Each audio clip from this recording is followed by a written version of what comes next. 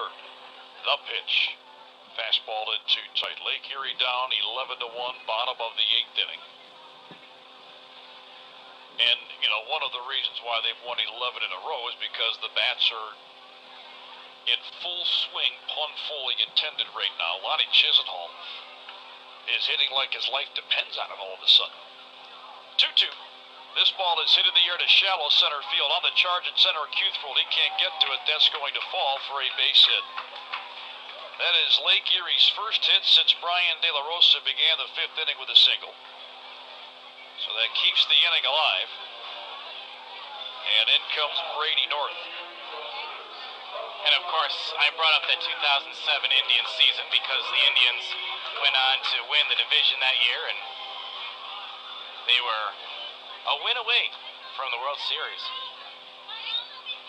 And boy, you go back and you look at that whole scenario. First pitch to North is down and away for a ball. They were up on the Red Sox. Red Sox came back to win the series. Everybody kept saying the way the Rockies were playing, they were red hot, then they had to sit for a week. That spelled bad news for those guys and good news for whoever came out of the ALCS. The 1-0 runs along in the outside corner, a called strike.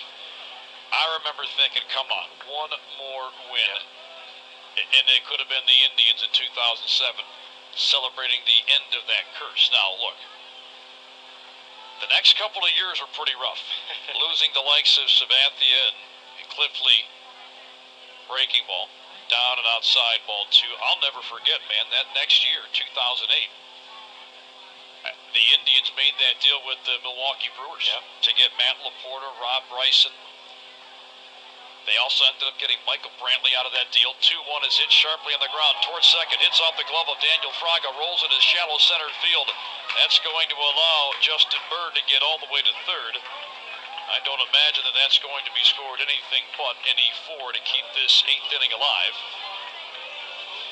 So now the Crushers have runners at the corners with 2 down.